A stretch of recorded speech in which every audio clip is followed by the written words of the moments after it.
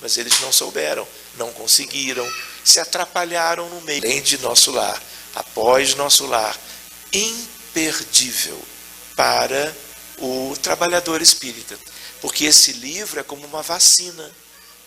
Tipo, olha, aconteceu com tanta gente, se eu não cuidar, pode acontecer comigo. E se existe uma coisa que ninguém quer, é chegar de volta no mundo espiritual, não digo de mãos vazias, porque isso hoje praticamente não existe, mas com diversas questões que não correram bem e que poderão significar frustração, decepção, desapontamento, tristeza, arrependimento, que teve a ver com um pouco o tema de hoje, e a ideia de um recomeço, a ideia de nova programação, para que se insista naquela questão que não foi bem atendida. Porque o que não foi bem atendido tem a ver com as nossas limitações, não é? As nossas dificuldades para cumprir aquilo. E vocês vão ver no livro espíritos ou pessoas que faliram em diversas modalidades, bem típicas da vida humana, de um modo geral. No campo afetivo, no campo emocional, no campo do trabalho, na direção, ou como médiuns que vieram para um trabalho gratuito, de dedicação, para reparar as suas dívidas. E acabaram se atrapalhando, se envolveram com aspectos comerciais, vendendo como que produtos da própria condição pessoal de médiuns. Enfim, eu só quis colocar assim, porque aqui agora, assim, com 1h30, nós podemos conversar muita coisa, mas que nós não percamos de vista o livro, não é? Que é a nossa base de conhecimento espírita. Então, quem não leu ainda, quem leu, mas não lembra mais nada, ou apenas folheou em alguma época, a sugestão nossa é: volte ao livro, leve ele para baixo e para cima, e um capítulo por dia que façamos a leitura, daqui a pouco tempo teremos completado uma leitura, eu diria, muito importante para nós espíritas, independente até se nós nem trabalhamos no âmbito da seara diretamente e somos apenas usufrutuários das palestras de instrução, das atividades a nosso benefício, porque aí também ali nos ajuda a nós compreendermos os trabalhadores, que são seres humanos, que têm limitações, que podem encontrar dificuldades no meio do caminho, que são as dificuldades de si mesmos. Enfim, querido Gilmar, com a palavra. Viagem que se fez do Nosso Lar até a Terra de Graças. Os mensageiros vêm falar. E parece assim, que a Terra estava viajando quase que o deserto inteiro. E quando a gente vê no Nosso Lar uma cita 200 metros... Gilmar, como está gravando, a web está transmitindo ao vivo, se você quiser dar um pulinho aqui, tem até uma cadeira vazia para você aqui.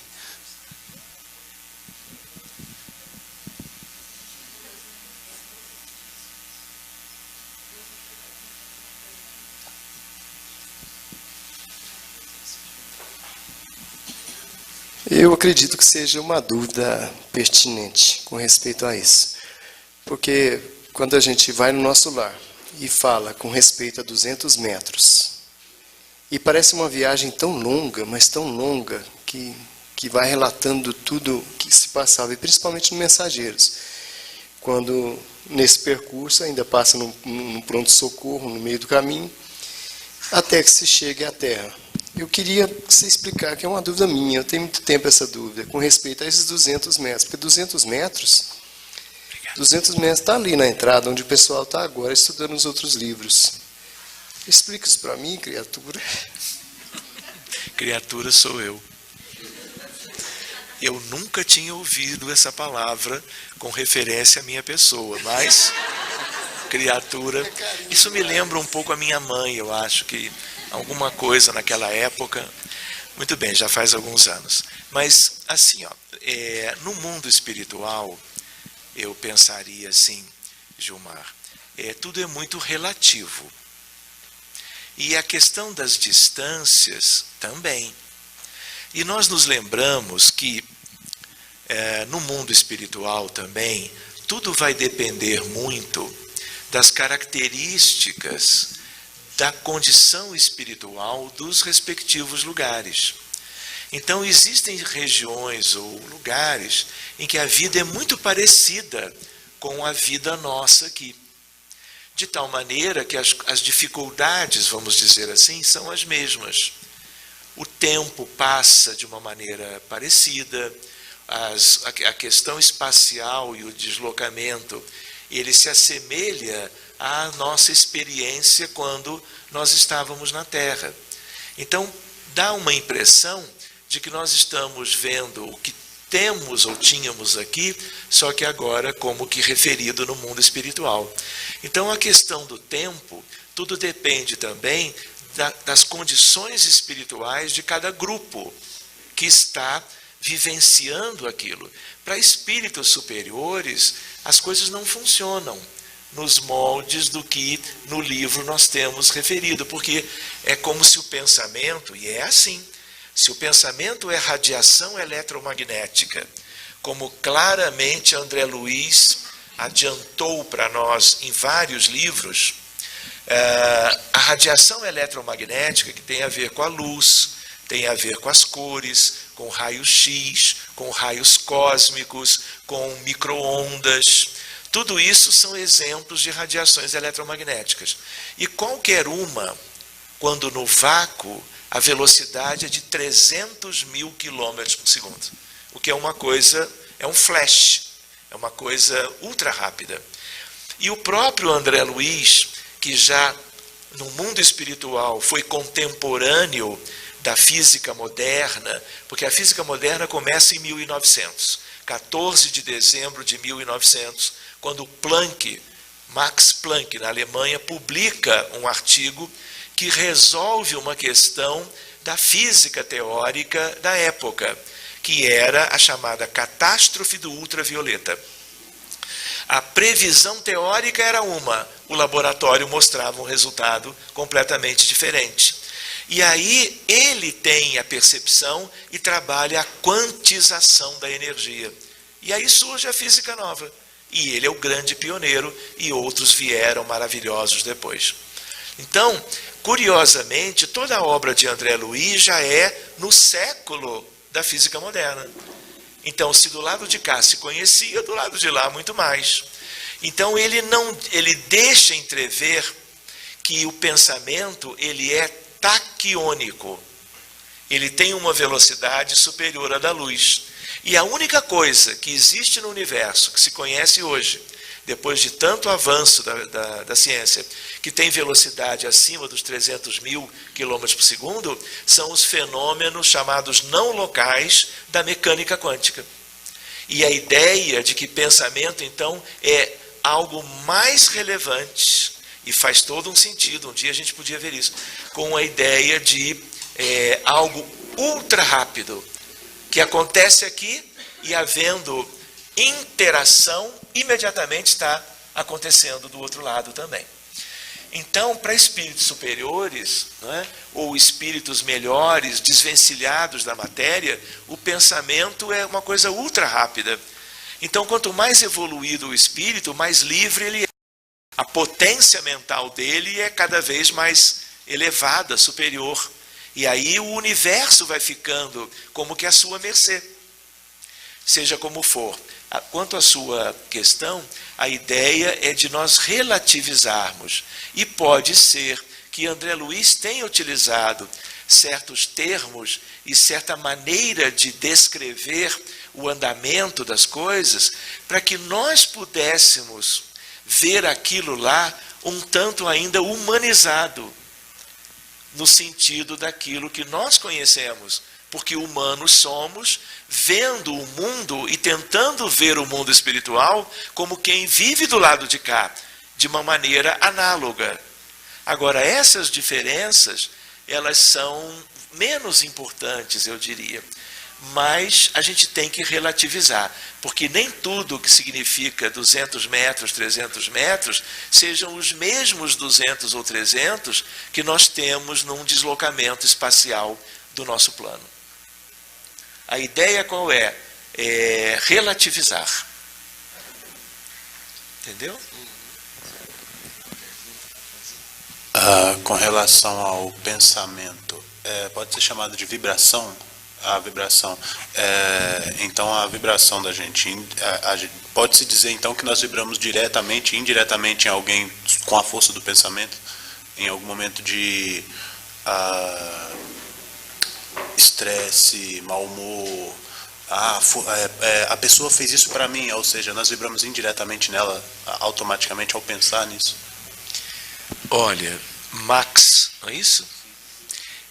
Max, há de tudo aí, mas tentando colocar uma certa ordem nas coisas. Pensamento é emissão de radiação da mente humana, seja a mente do encarnado, seja a mente dos desencarnados. De tal maneira que quando nós estamos encarnados no dia a dia, as nossas vibrações ou emanações, elas são de acordo com a natureza espiritual de cada um. Então, o que acontece? Nós oscilamos. Às vezes estamos mal-humorados, às vezes estamos chateados por alguma vivência que nos foi mais difícil, né? E aí o nosso padrão mental cai, a frequência vibratória cai. Às vezes, quando no extremo oposto nós estamos em prece, nós alcançamos, mesmo assim há variação, uma condição vibratória diferente. E aí o que acontece? O que varia? A frequência de oscilação, ou como você preferiu usar a palavra, a frequência vibracional. E isso tem a ver com seno e cosseno, isso tem a ver com oscilações, a natureza ondulatória da luz e, portanto, a natureza ondulatória dos nossos pensamentos. Então, o pensamento, ele tem essa natureza que faz com que ele vá embora da gente. Primeiro, o nosso pensamento banha a nossa condição. Por isso que as pessoas adoecem de doenças variadas, muitas vezes que não tem uma etiologia, não tem uma causa definida. Por exemplo, diabetes. Diabetes é uma grande epidemia mundial, como a hipertensão arterial. De onde vem o diabetes e a pressão alta? Ninguém sabe. A ideia qual é? A gente sabe a deficiência absoluta ou relativa de insulina, a gente sabe que tem que haver o controle da glicose ou da glicemia e uma série de cuidados médicos, testes, mas a origem exatamente nós não sabemos. 96% das hipertensões no planeta, ninguém sabe de onde vem. O que a gente faz é medicar. Você entende? Mas 4% sabemos algumas causas, mas a imensa maioria não. Então, por que a gente lembra disso? Porque nós estamos banhando, acho que ficou melhor, obrigado. Nós estamos banhando primeiro a nós mesmos. Porque o nosso espírito está, a princípio, como que encaixado no corpo físico. Um encaixe que é algo físico, algo diferente do físico. Mas, antes de essa natureza ondulatória espalhar para a psicosfera em torno de nós o que nós pensamos, nós somos, vamos dizer, como que abençoados ou contaminados pelo que nós pensamos. E aí vem o nosso mundo celular, cada uma das nossas células, ela vai sendo banhada do que a gente pensa no dia a dia. Na verdade, de tudo aquilo que a gente já pensou, inclusive nas vidas anteriores, porque nós somos seres muito antigos. Então, o que acontece? Se você projeta mau humor, indignação, revolta, tudo isso está, vamos dizer, na essência do que nós pensamos. E isso vai longe. Se você direciona para alguém que aparentemente te causou alguma dificuldade, né? Você pode não verbalizar, você pode não responder por escrito, mas você está, se você não policiar os teus pensamentos, você está agindo, de certa maneira, em contrário às leis da natureza, e você está devolvendo, você está exercendo algo que, de certa maneira, é do teu livre-arbítrio, mas que causa mal primeiro a você e pode se projetar e causar dificuldades a longo alcance. Então, por isso que Jesus, há 2000 anos, o grande instrutor, o instrutor insuperável, ele dizia para os apóstolos, os 12, para os 72 discípulos e para os 500 da Galileia: orai e vigiai. Não é a vigilância de fora para dentro. Entende? A ideia, os lobos estejam à espreita. Não é essa a ideia apenas. É a ideia do lobo interno. Não é? Das condições espirituais que nós ainda guardamos dentro de nós. E que nos momentos de dificuldades, não é? E de desarmonia, aquilo vem à tona. Então nós precisamos nos policiar muito. O orar e o vigiar é lição para todos os dias. Porque isso é a criação de uma postura mental mais harmonizada, equilibrada, edificante, construtiva para o mundo. Porque nós temos que substituir a psicosfera que está aí, que nós ajudamos no passado a elaborar. Porque a atmosfera daquele recinto, daquele ambiente, às vezes é um templo, às vezes um templo famoso, mas vai ver o que aconteceu ali, vai ver o que ocorreu na história daquela catedral em Paris, por exemplo. E a ideia qual é? O policiamento quanto a nós mesmos. Então, quando você traz essa ideia, é uma ideia de que você se preocupa com o que você pensa, com o que você sente. O sentimento é uma modulação do pensamento, é nota tônica em relação àquilo que a gente tem como anseios, desejos e tudo mais. Então, nesse campo, não é, nós agora, como espíritas, é que estamos começando a entender, e com o André Luiz em particular, a importância de tudo isso, de cuidarmos do que nós escolhemos, do que nós fazemos, do que nós pretendemos, das nossas escolhas, das nossas atitudes. Enfim, é um mundo.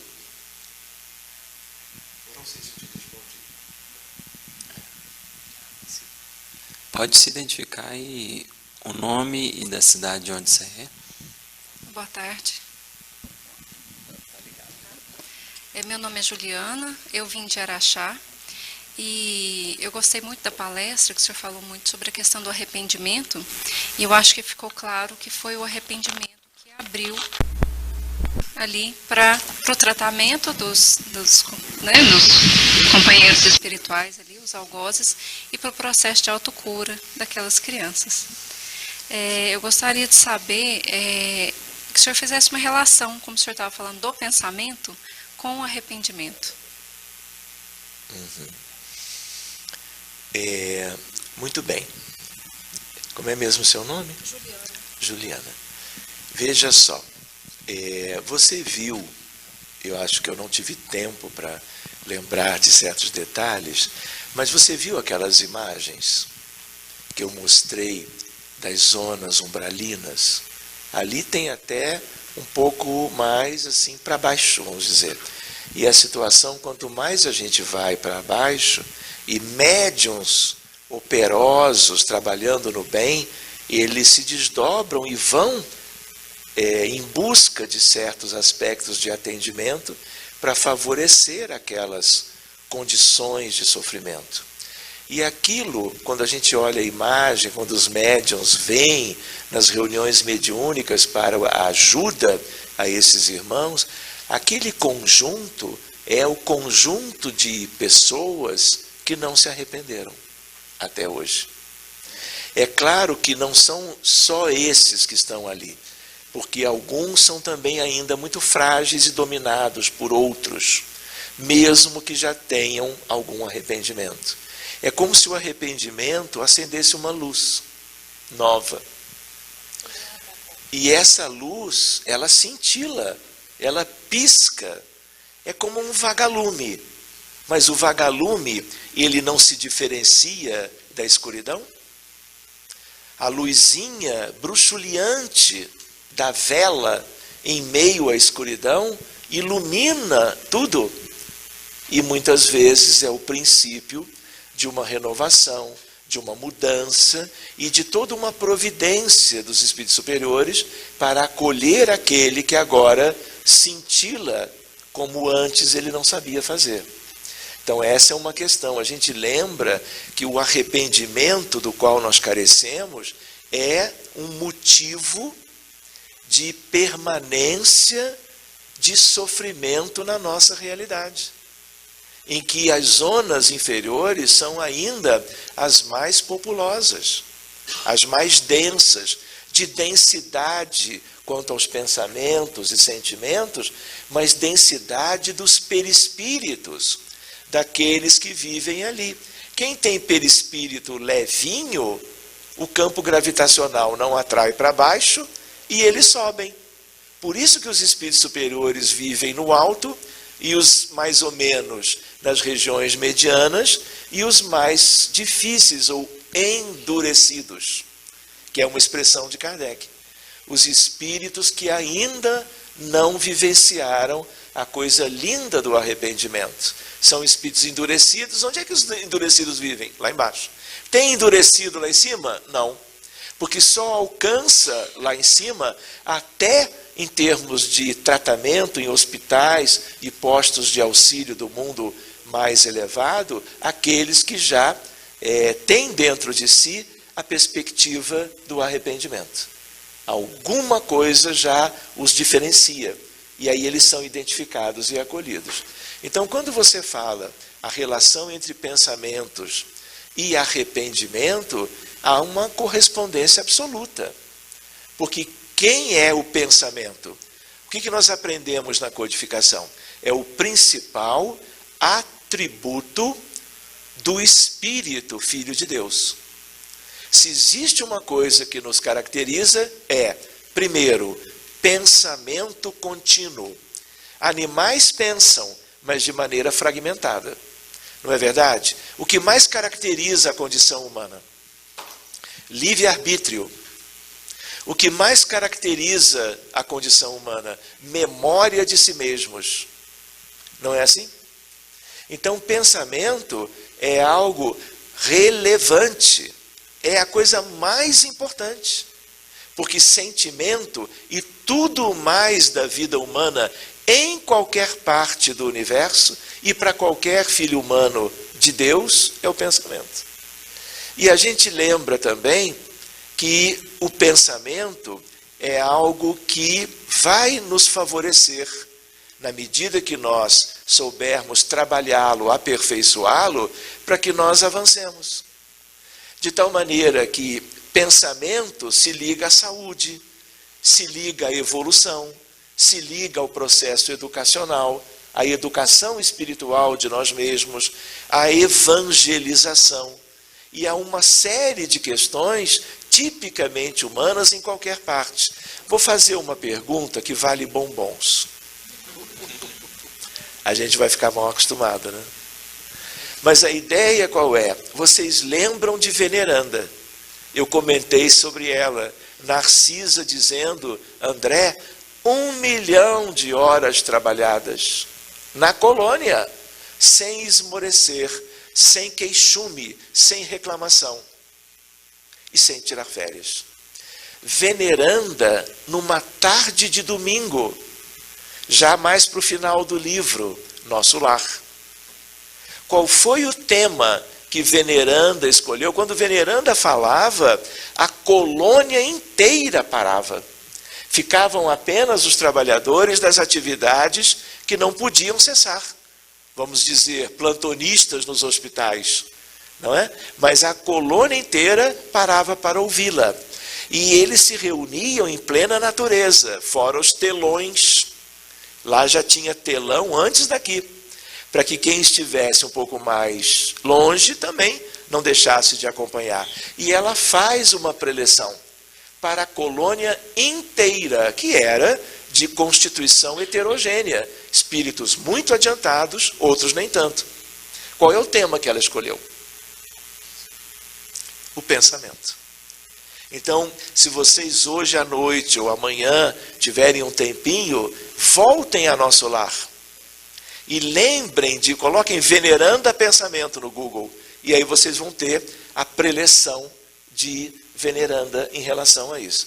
Portanto, tudo da vida do Espírito imortal, Filho de Deus, se prende ao pensamento. Então, o arrependimento é um aspecto que tem dois sentidos. Questões que vêm de fora. Por exemplo, o espírito, ainda encarnado, se sensibiliza pelo que ele viu que ele causou de sofrimento para alguém. E ele já tem sensibilidade para se tocar diante do que ele está vendo. E aí então, ele se dando conta, pode se arrepender ainda na encarnação. Quando ele se arrepende durante a encarnação, ele ganha tempo. Ele não vai precisar morrer, desencarnar, para se dar conta das dificuldades que ele causou, às vezes muito sérias, profundas e duradouras, para um sem número de pessoas. Ele poderá então ganhar se ele o fizer ainda como encarnado. Senão, ele vai muitas vezes descer, estagiar naquelas regiões, umbral inferior, trevas ou zonas abissais, dependendo de quem ele é e do que ele fez. Porque tudo que ele fez depende de quem ele é. Não é assim? E dependendo do que ele ainda não progrediu, o seu perispírito é denso, o campo gravitacional o atrai para baixo. E aí o que vai esperar? Muitas vezes toda uma vivência de muito sofrimento, de aprisionamento, de limitações, para que ele possa, em algum momento, às vezes séculos depois, se dar conta, arrepender-se e ser passível de renovar a sua condição pessoal, passando para estágios mais elevados. Então a gente lembra, o pensamento é tudo. Agora, ou vem de dentro dele, quando ele já está algo predisposto a, encontrando as suas vítimas, mudar a nota tônica dos seus pensamentos e sentimentos, ou então ele, por misericórdia, já é um mecanismo de fora para dentro. Por misericórdia, espíritos familiares, os que foram mães, pais, filhos, irmãos, vendo as dificuldades onde o seu familiar está vivendo, oram, pedem, e a espiritualidade superior monitora isso tudo, para encontrar meios de favorecê-lo. Porque ela, a espiritualidade, percebe que ele, de alguma maneira, era amado pela sua família consanguínea ou a sua parentela espiritual. E, dentro do possível, aciona os mecanismos de ajuda. Olha, vem cá, mesmo que você ainda não tenha se arrependido. Venha para uma condição melhor para que o arrependimento lhe seja mais provável. Então, há uma correspondência bionívoca entre pensar, sentir e arrepender-se. E como a gente viu, o arrependimento é a essência do primeiro momento da nossa recuperação, quanto às coisas mais variadas com as quais nós nos envolvemos ao longo da nossa história.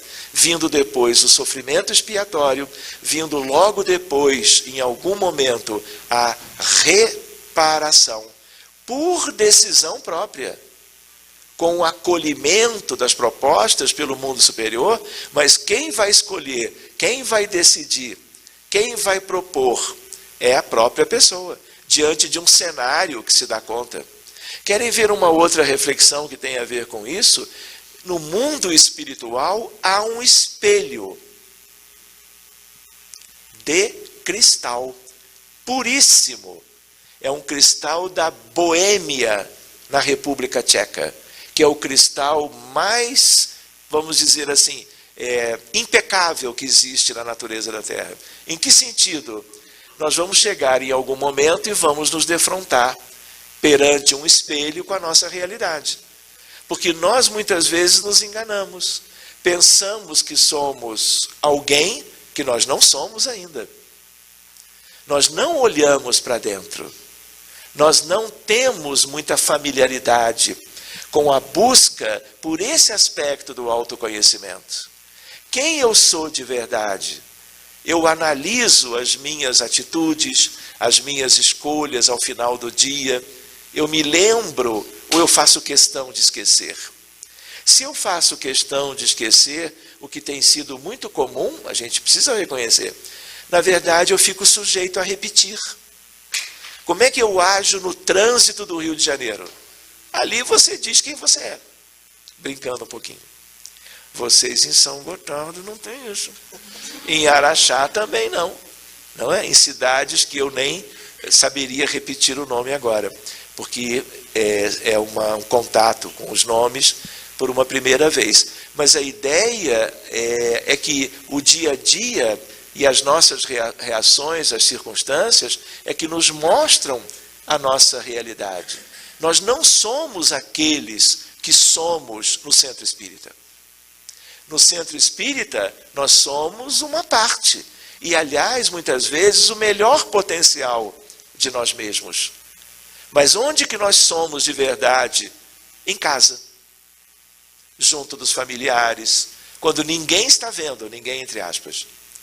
Entende? Ou estão ao nosso lado aqueles, lamentavelmente, com quem já nós não nos importamos tanto. De fazermos melhor, de vivermos com eles com uma qualidade melhor de relacionamento. E aí qualquer coisa serve.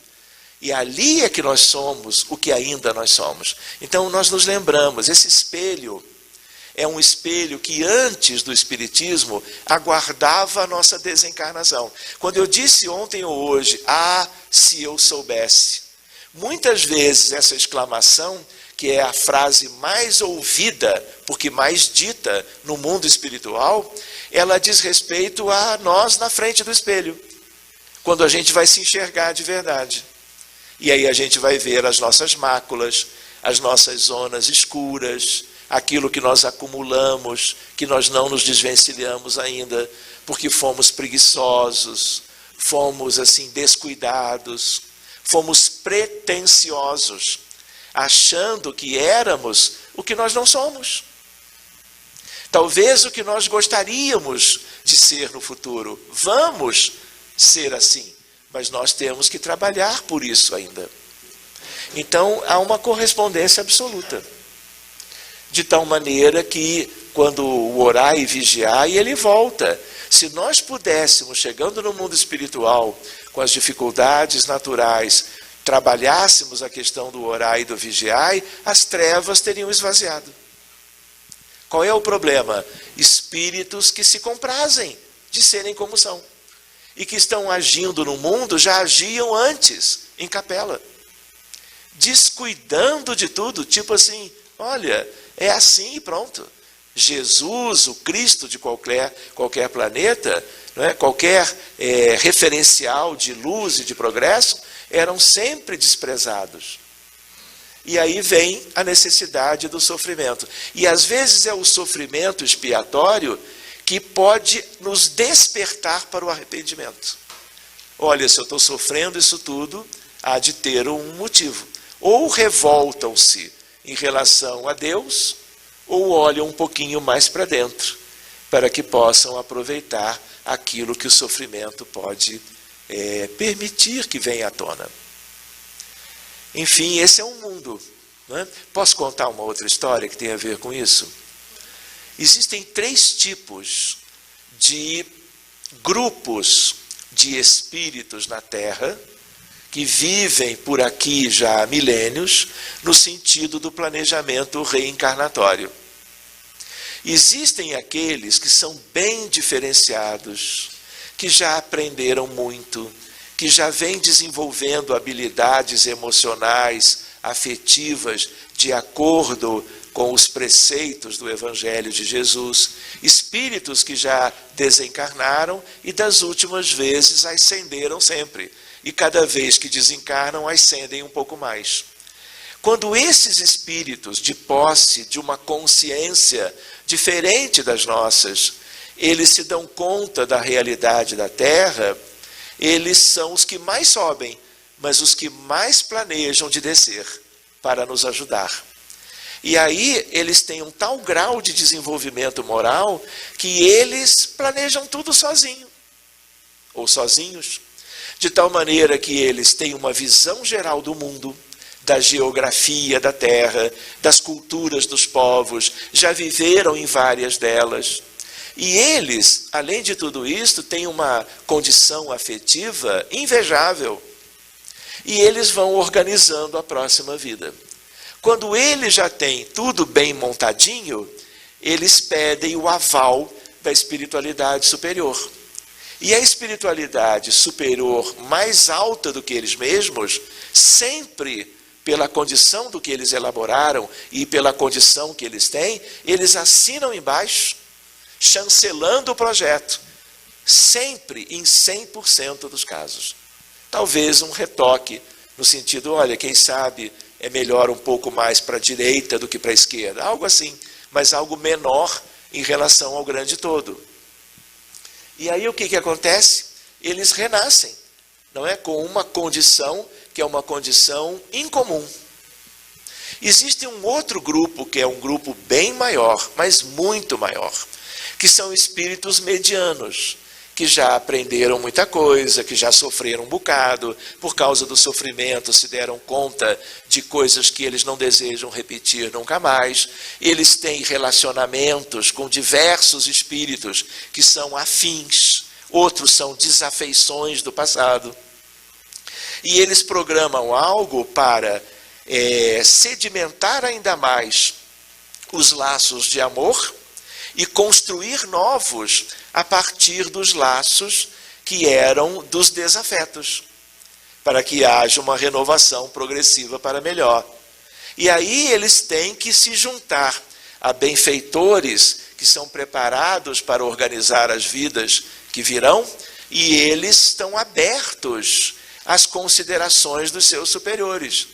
Porque uma coisa é a iniciativa de reencarnar para fazer um progresso a mais. Outra coisa são os aspectos que vêm de uma visão do grande todo que eles não possuem ainda e se valem de toda uma proteção, de todo um amparo, de toda uma assistência para isso. E aí o que acontece? Vai haver um entrosamento, vai haver uma mescla de coisas que vêm do interessado e coisas que vêm dos outros interessados, que são os grandes espíritos. E aí eles reencarnam.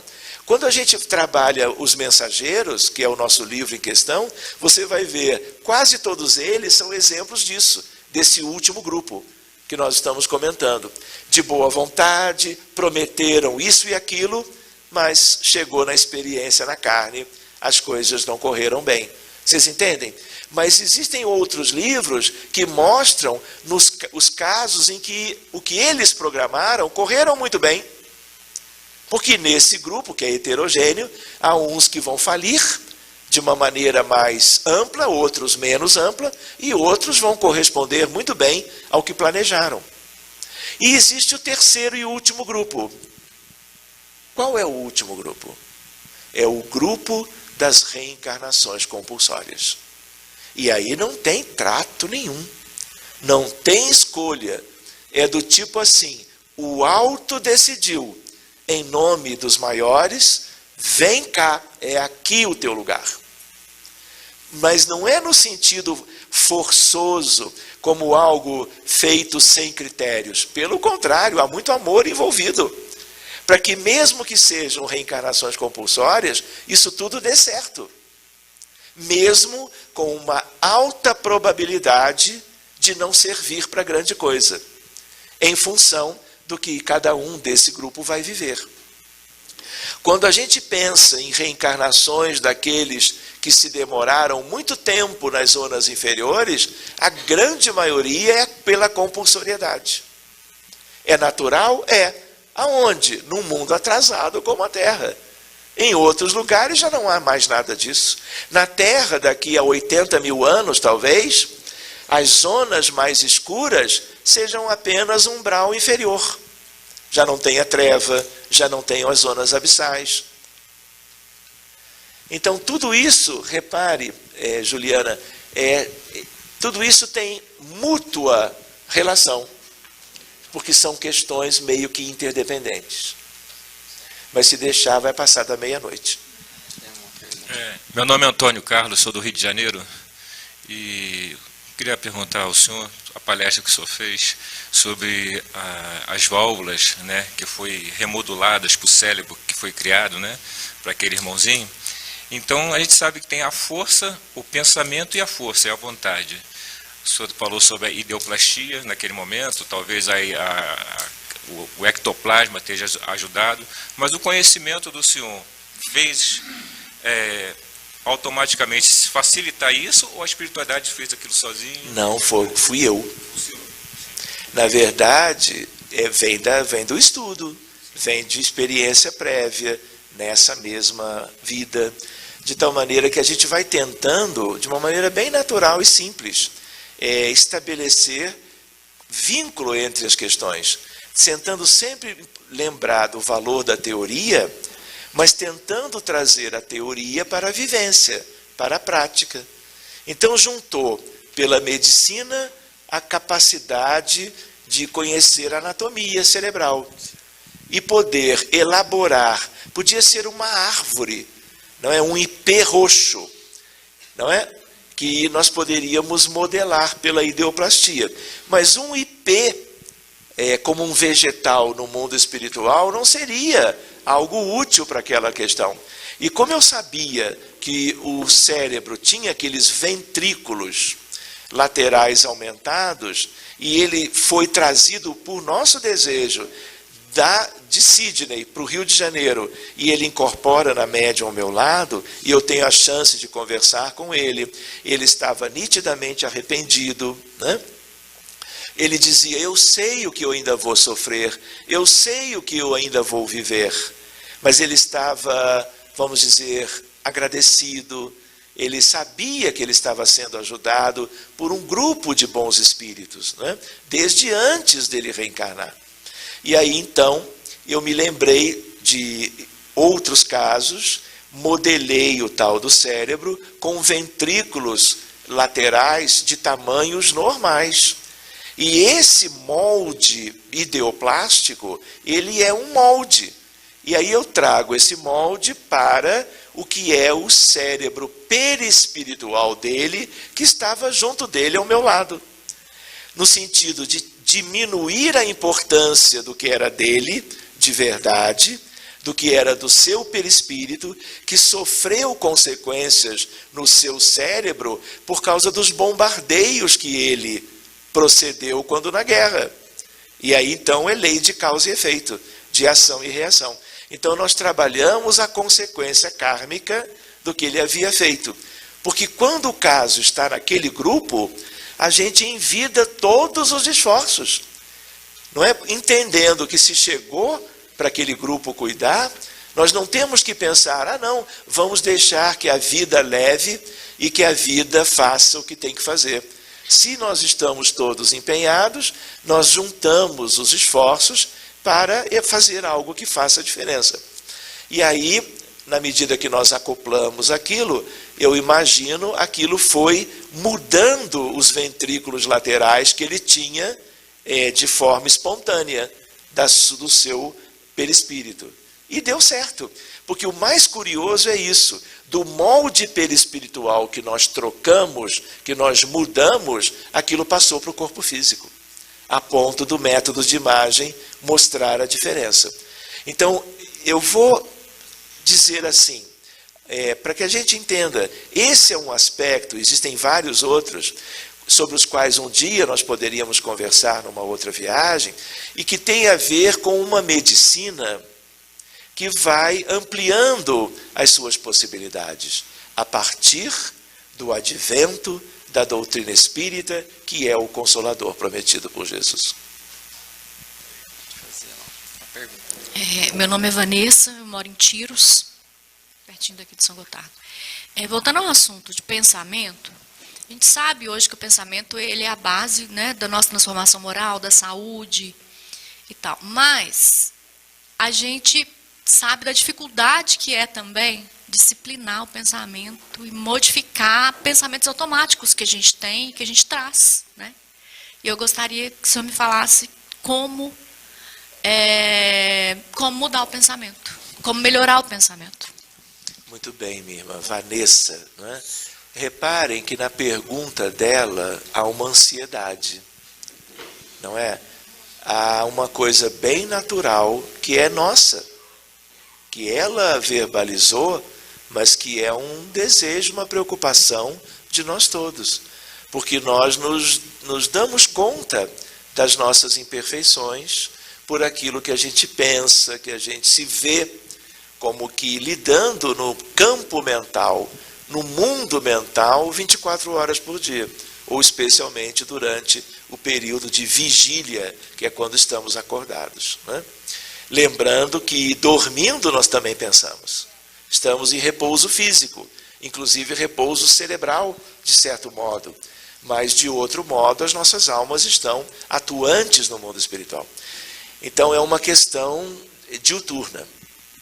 De tal maneira que não há milagre nesse campo e em campo algum. Então, existe uma coisa que se chama disciplina.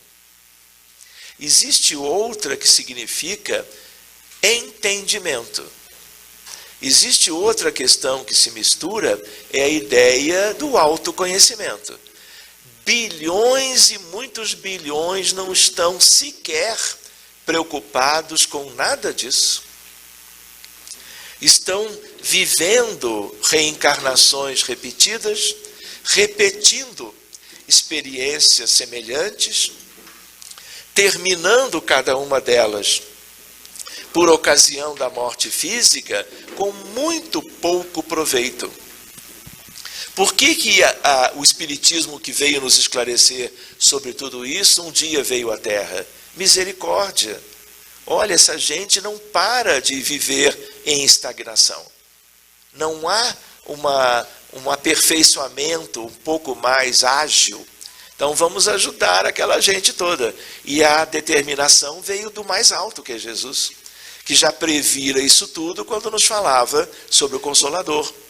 Então a ideia qual é? É como se nós estivéssemos numa época em que nós agora podemos, na medida que nós temos entendimento, estudo, que nós temos a leitura das consequências do sofrimento que nós vivemos, e qualquer um, diante dos descuidos em relação à nossa maneira de pensar e, portanto, de agir, de semear, de escolher, de experimentar na Terra.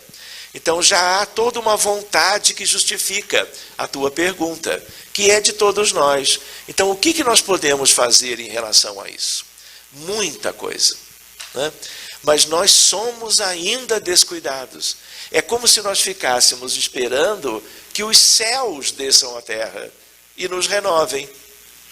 No sentido de, olha, Deus é um Pai de amor, e a supervisão de tudo, tudo do alto é a nosso benefício, mas há que ter uma iniciativa nossa, para que a gente vá exercendo essa vontade de melhorar, essa vontade de mudar o nosso padrão psíquico mental para um patamar diferente, em que, como tem a ver com a pergunta do Max, a questão do padrão vibratório, o padrão vibracional. Então, se eu não me cuidar, eu vou resvalar em questões bem cotidianas e que no somatório o meu dia poderá ficar comprometido. E a gente lembra, uma mudança não vem lá de cima, ela vem de um esforço diário de aperfeiçoamento. E aí vem a ideia, Vanessa, eu quero isto, então como é que eu obtenho isto? Se eu não me esforçar para cuidar do que eu penso e do que com o qual eu me afinizo, música. O que tem aí que é chamado de música? Existe música celeste, dos grandes autores, lembram, a gente comentava? Arte, cultura e ciência. Arte e cultura, a música das esferas mais altas. Os grandes musicistas, os grandes compositores da história da música erudita vieram envolver a terra numa nova musicalidade. Não é? Então, há quem sintonize com Chopin, com Bach, com Beethoven, com Haydn e assim por diante. Mas há quem sintonize com funk. E, gente, tem coisa muito séria chamada de música, com letras. Vem uma palavra, vou dizer a palavra, é forte, abomináveis. E que crianças em idade escolar estão ouvindo e balançando o corpinho numa ideia de reproduzir a dança de adultos, que quando você vê, você entende, são crianças, mas são crianças num sentido de ignorância em relação a tudo que ainda estão vivendo. Então, o nosso conjunto é muito heterogêneo. Então, a música, nós vemos que há um extremo extraordinariamente belo, proveitoso, com o qual nós podemos nos afinizar. Mas há um grande contingente que se afiniza com o extremo oposto. Vou fazer um outro comentário para apenas uma reflexão. O que tem na televisão hoje? O que são as novelas? Dos horários mais acessíveis. São escolas de crimes, em que as crianças, os jovens dentro de casa, ouvem todo tipo de comentário e estratagemas de crimes nas relações entre as pessoas, que é a base da sociedade, que tem a ver com a família a partir das questões pessoais individuais. Então, nós estamos vivendo uma época em que, de certo modo, boa parte das questões dos planos inferiores ou esferas inferiores estão aqui nas encarnações deles. E sem os devidos cuidados, sem atenderem aos apelos das filosofias nobres e das expressões de crença, estão pouco se importando, porque visam o lucro, visam apenas a materialidade e não têm a menor condição de alcançar uma coisa mais progressista para o futuro. E se nós não cuidamos dos nossos ambientes familiares, do ponto de vista educativo, nós vamos ver tudo isso funcionando como uma escola de crimes. Isso já vem acontecendo, mas cada tempo, cada coisa nova que surge, dá uma ideia de que houve um prejuízo ainda maior. Então, nós ainda temos que pensar nas nossas dificuldades íntimas, procurarmos refletir sobre nós mesmos, deixarmos os outros no sentido de podermos até termos um juízo de valor do que existe à nossa volta, da parte das vivências dos outros, mas nunca descuidando do essencial, que somos nós. Porque os outros, inclusive, só se modificarão, talvez, quando muitos internamente formos nos recuperando e vivendo em padrões melhores de vida, no sentido das nossas escolhas, dos nossos desejos. Senão, mais uma encarnação desperdiçada. Mais uma questão, um período de erraticidade, ainda com sofrimento, como lembrou Emmanuel naquela pequena frase. Não é? A ideia de desencarnações em desespero. O que vocês acham que é desencarnar na Terra? No dia a dia de grandes populações de espíritos que vivem na Terra hoje. Portanto, disciplina, auto-amor, cuidados pessoais, porque lembrem uma coisa, se a gente se volta muito para criticar as outras pessoas, porque isso é fácil, a gente não usa a melhor energia nossa e o melhor tempo para o essencial, que é cuidar de nossa própria condição íntima. Boa tarde. Meu nome é Eduardo e eu também sou de Araxá, conterrâneo da Juliana. Aproveitando que voltamos para o tema do pensamento, eu gostaria que o senhor fizesse um paralelo, uma relação entre... Eu vou citar o exemplo da minha filha. Ela tem muitas alergias e ela é ansiosa. E isso se manifesta na pele, né? Ela tem erupções diversas e passa muito mal com isso. Eu gostaria que o senhor fizesse um paralelo de padrões de pensamento e esse tipo de manifestação. Mais ou menos no sentido de nós tentarmos identificar qual é o padrão de pensamento que pode estar desencadeando esse sintoma, vamos dizer assim. Tá bom. Como é mesmo o seu nome? Eduardo. Eduardo, nós não conhecemos tudo. Pelo contrário, conhecemos um pouquinho, né? Existem outras medicinas que são medicinas que não são como a alopatia. Viu, Eduardo? E essas outras medicinas, como a homeopatia, por exemplo, ela nos ajuda a associar questões da personalidade, questões mentais, com determinadas doenças orgânicas e até mentais. Então, há uma ideia pela homeopatia de que quando a coisa está na pele, ela está sendo eliminada e está quase que sanando, como que a doença fosse uma coisa que vem de dentro e que precisa ser exteriorizada e eliminada. Então, o que já está na pele, antes estava lá dentro. E estando lá dentro, é mais sério.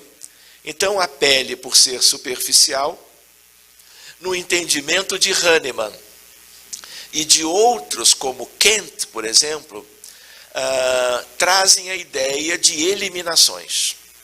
Agora, qual é o padrão? Na homeopatia, você faz toda uma consulta, toda uma investigação para identificar o padrão daquela pessoa. E a anamnese homeopática ela é completamente diferente da anamnese da alopatia, porque valoriza coisas que o alopata não valoriza. Então vai depender se ela tem uma dermatite atópica, que é um eczema atópico. Isso é um diagnóstico dermatológico. Agora, você pode encontrar pessoas com essa condição que não é de muito sofrimento, mas com pessoas de condições mentais muito variadas. Portanto, você não tem uma correspondência para eu poder te dizer, olha, as pessoas ansiosas por questões de aspectos bem de uma infância recente ou de algo que aconteceu imediatamente na vida anterior tem a ver com isso. Nós não temos essas correlações. Mas uma coisa eu te diria, para isso que eu estou ouvindo de você, independente da opinião do dermatologista, de pomadas ou cremes ou substâncias que ele possa indicar, fica a sugestão de buscar o médico homeopata, para que ele possa usar, não é, daquelas substâncias dinamizadas para auxiliar no processo de recuperação da saúde da sua filha. Não que ela tenha algo mais grave, não é o caso, mas mesmo uma melhora com a ajuda desses medicamentos homeopáticos pode ser bem pertinente. Outra questão, é uma visão espiritista. Ninguém tem o que a sua filha tem sem questões espirituais. Então eu diria, centro espírita, água fluidificada, o passe, a evangelização. Ofereça, além de tudo isto, o culto do evangelho no lar.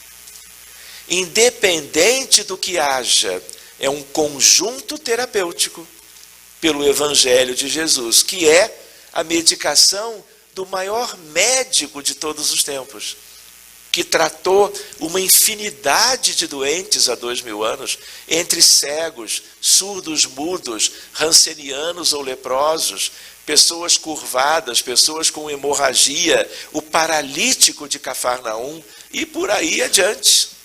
Então, o que ele deu? Ele diz, olha, tome o tal medicamento 3 vezes por dia. Naquela época também não se fazia isso, mas ele deixou tudo no sentido da recuperação da saúde e da prevenção do adoecer, que é o cumprimento das leis de Deus. Mas eu levaria a criança, se você já não fez, para receber as modalidades de de tratamento espiritual da casa espírita, sem descuidar do culto do Evangelho no lar que se faz em casa. Tá bem? Meu nome é Larissa, sou de Sete Lagoas. Primeiro eu queria agradecê-lo pela palestra, principalmente por mexer com a área que mexe tanto comigo, que é a da saúde, né, que eu sou enfermeira. E posteriormente eu queria assim perguntar para você como que foi esse encontro seu, né, da medicina com a espiritualidade, como que se deu, né, se teve algo que marcou, né, que mexeu com você, que você falou, nossa, eu tenho que unir os dois, né, que é a minha missão, que eu acredito que seja, né, só por ver a sua palestra dá para sentir que você está alinhado com o seu propósito de vida, né, com a sua missão, e saber como que foi esse encontro, porque o que a gente vê muitas vezes aí nas faculdades de medicina, né, são médicos que precisam de uma política, né, que é a Política Nacional de Humanização, para se tornarem humanos, né? Então, assim, nem humanos eles estão conseguindo ser. Quem dirá trazer e fazer essa união, né, tão bonita que você faz, que várias pessoas conseguem fazer, profissionais, com a espiritualidade. Então, eu queria saber como que foi esse encontro para você. Como você se chama? Larissa. Clarissa? Isso, Larissa. Larissa. Isso. Entendi. Larissa, bacana a tua questão, o que você colocou, mas eu não sei bem a razão, mas eu mais ou menos entendo. Eu nasci num lar com pais espíritas. Meus pais já se conheceram em Juventude Espírita em Porto Alegre, Rio Grande do Sul. Então, quando eles tiveram os filhos, e por incrível que pareça, eu sou o caçula. De tal maneira que a gente ouvia em casa sobre reencarnação, sobre imortalidade. Minha mãe era médium, vinha do centro espírita e falava as experiências dela dentro de uma reunião mediúnica do centro que ela frequentava. Então essas coisas sempre foram muito espontâneas, muito naturais, dentro de casa. E aí eu fui crescendo, você reparou, eu cresci. E aí o que acontece? Eu escolhi, eu já sabia. Quando perguntavam para mim o que eu queria, com essa pergunta, o que você vai ser quando crescer? Numa época eu respondia, eu quero ser bombeiro ou pintor de paredes. Eu acho, não me lembro, mas acho que eu tinha uns 3, 4 anos. Um pouquinho mais adiante, logo quando perguntavam, eu não sei de onde, eu dizia que eu queria ser médico. Porque não tinha nenhum médico antes na família. Eu não sei de onde eu tirei, né? Eu até imagino, mas eu não sei. E aí eu fiz medicina, como se diz, né? Terminei a medicina, fiz as coisas que vêm depois, residência, mestrado e etc. Só que quando eu fiz medicina, eu já tinha a base do espiritismo. Minha mãe me levava, garotinho, pela mão, para frequentar as reuniões. Acho até quando ela não tinha ninguém com quem deixar, né? Ela me levava para fazer companhia, tomar passe e etc. Então isso tudo foi moldando uma coisa muito natural de questões espíritas ou espirituais, né? Então, desde sempre, nós fomos procurando relacionar as duas coisas, não é? Mas, claro, chegou uma época quando eu já tinha idade, vamos dizer, para funcionar como dirigente espírita, nas reuniões mediúnicas foi ficando muito claro a relação entre as patologias das pessoas que nós queríamos ajudar e aspectos espirituais. E a vivência foi tão marcante que já não tinha como voltar, como rever isto. Porque quanto mais nós prosseguíamos naquele caminho, mais nítido ficava. Você entende? Então você também lembrou uma outra questão, que é a questão hoje de grandes dificuldades no Brasil.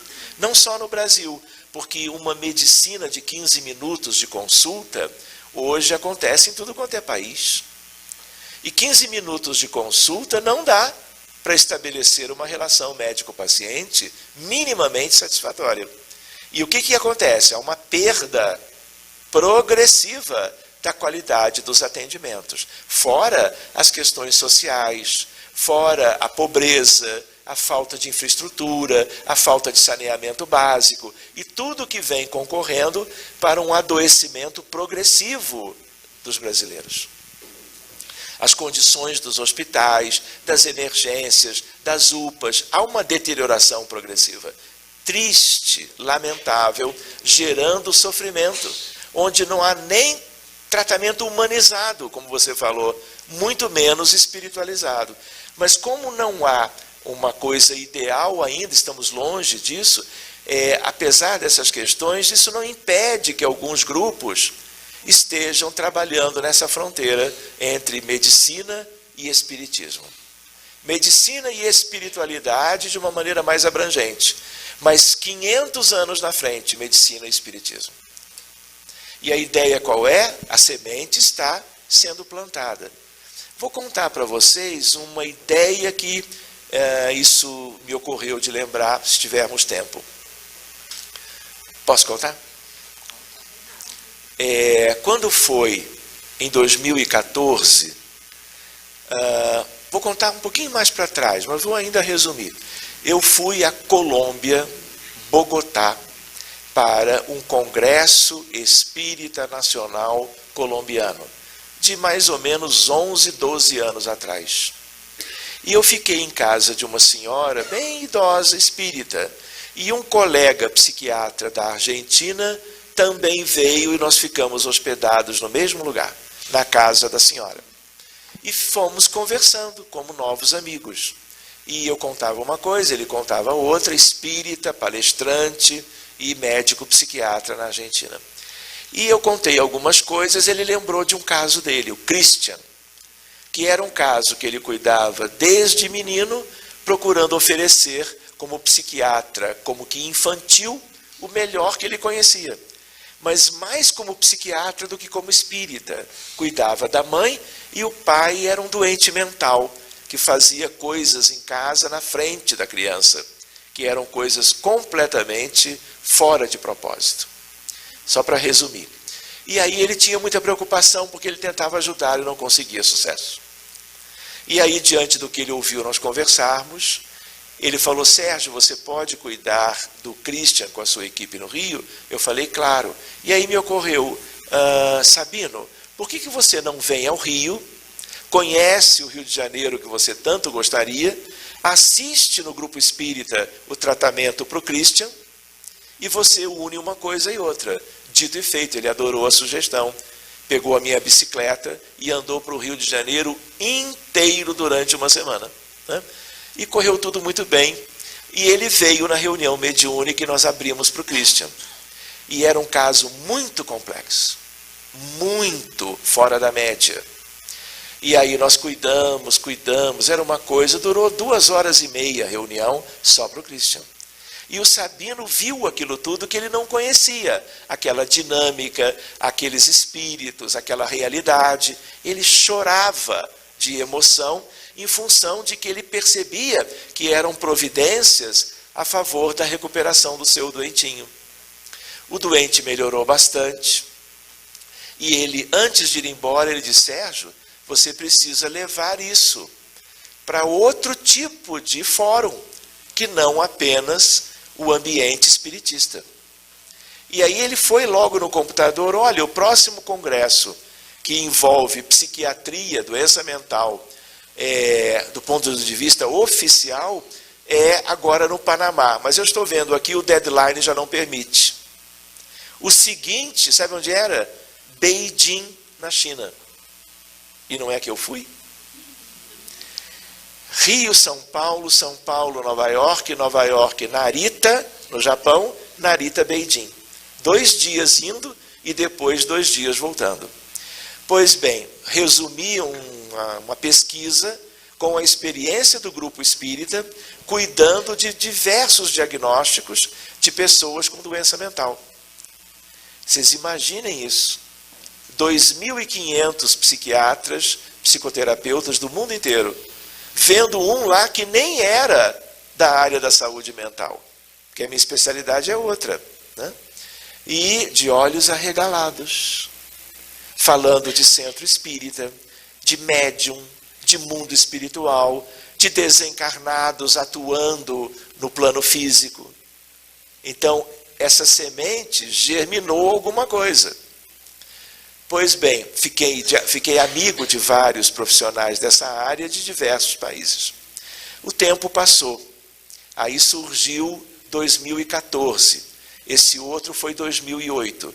Enviei para Madrid, Congresso Mundial de Psiquiatria. Agora já não é psicoterapia, é psiquiatria. É o que o Sabino queria, o mais alto fórum da psiquiatria mundial. Enviei sem esperança de que aceitassem. Não é? E não é que aceitaram? Eu estava até em Cuba quando recebi o e-mail. Estava em Cuba para um evento espírita e recebi o aceite para que eu pudesse ir até lá. Aí dei um jeito, porque eles não ajudam em nada, nada. E aí consegui, cheguei lá e fiz aquilo que era devido.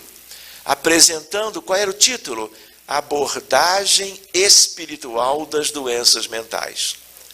A influência dos desencarnados na patologia mental. Enfim, mais uma sementinha. Aí volto. Em 2018, Cidade do México, nova edição do Congresso Mundial de Psiquiatria. E agora, em Lisboa, em agosto, nova edição do mesmo congresso. E aí, se Deus quiser, já está tudo alinhavado, nós vamos levar a mesma semente. Qual é a semente do Espiritismo? Na fronteira com a doença mental. Para que isso gradativamente vá como que ensejando o interesse de colegas da área da saúde mental para as questões espirituais. De quem é o mérito disso? De Allan Kardec, de Francisco Cândido Xavier, de Emmanuel, de André Luiz, de Humberto de Campos e de todo este grupo de espíritos que vem nos mostrando um outro caminho para nós vivermos a questão da saúde de um modo geral e a saúde mental em caráter particular. Outra questão de mérito é a psiquiatria que está mudando. Se eu pensasse nisso há 20 anos atrás, eles não teriam aceitado. É porque colegas estão percebendo que algo tem que ser feito. Porque o doente tem depressão, epidemia mundial, antidepressivo, antidepressivo, antidepressivo, envolvendo somas fabulosas em relação à indústria farmacêutica. E o que é relevante, nós não temos, que é o quê? Melhora clínica. No que lá adiante, 2 anos depois, você retira a medicação, a depressão vem toda de novo. Por quê? Porque nós estamos fazendo uma medicina de suprimir sintomas e não uma medicina de abordar e identificar as causas. Então, tentando falar um pouco mais sobre a sua questão, a ideia qual é? Em meio a tantas dificuldades na área da saúde, mais do que há 10 anos atrás, em que as necessidades quanto a cuidados de saúde ampliaram-se muito e não houve uma correspondente multiplicação de benefícios, alguns grupos estão trabalhando uma semente, que é uma semente que vai vingar, porque ela não é nossa, ela está agora nas nossas mãozinhas, mas porque colocaram, do tipo, alguém tem que levar a semente. Olha, põe ali naquele cantinho, que dependendo daquele campo mais fértil, haverá de germinar e gerar uma plantinha tenra para que um dia seja uma árvore frondosa.